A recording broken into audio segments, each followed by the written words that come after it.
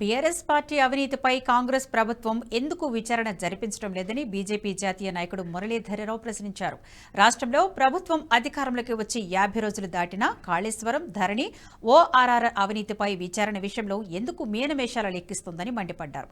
Congress BRS ఒకటేనని ఆరోపించిన ఆయన అవినీతిపై ఎవరిని బీజేపీ వదిలిపెట్టదని హెచ్చరించారు. అప్పుడు ప్రచారం ధరణి స్కామ్, ధరణి స్కాండల్, బీఆర్ఎస్ కు మరో పేరు ధరణి స్కాండల్. ఇటువంటి దీనిలో కుటుంబం మొత్తం ఉంది.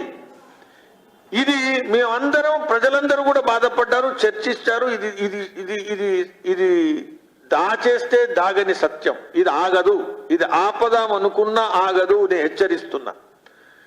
ఇటువంటి ధరణి స్కామ్ విషయంలో ఇంప్రూవ్మెంట్ గురించి మాట్లాడుతున్నారు. ధరణి స్కామ్ విషయంలో ఈ ప్రభుత్వం ఒక్క అడుగు ముందుకేయలేదు. దర్యాప్తు కోసం ఒక్క అడుగు కూడా ముందుకేయలే. అంటే కాళేశ్వరం కావచ్చు, ధరణి కావచ్చు, ఓఆర్ఆర్ కావచ్చు, ఇవన్నీ కూడా ఏం సూచిస్తున్నాయంటే ఈ 50 రోజుల తర్వాత ఈ ప్రభుత్వము బీఆర్ఎస్ ప్రభుత్వంతో, వాళ్ళ నాయకులతో కుముక్కైంది, లాలూచి పడుతున్నారు. ఇది గివ్ అండ్ టేక్ సెటిల్మెంట్ల భాగంగా మారుతున్నది. రాజకీయంగా ఉపయోగించుకోవడం కోసం కూడా ఇది వాడబడుతున్నది. అందరు అంటుండొచ్చు తిట్టుకుంటున్నారని. ఈ తిట్టుకునే నాటకం మొదలుంది, ఇప్పుడుంది, రేపు కూడా ఉంటుంది. ఎంత ఎక్కువ తిట్టుకుంటే అంత దొంగతనం ఉన్నట్టు.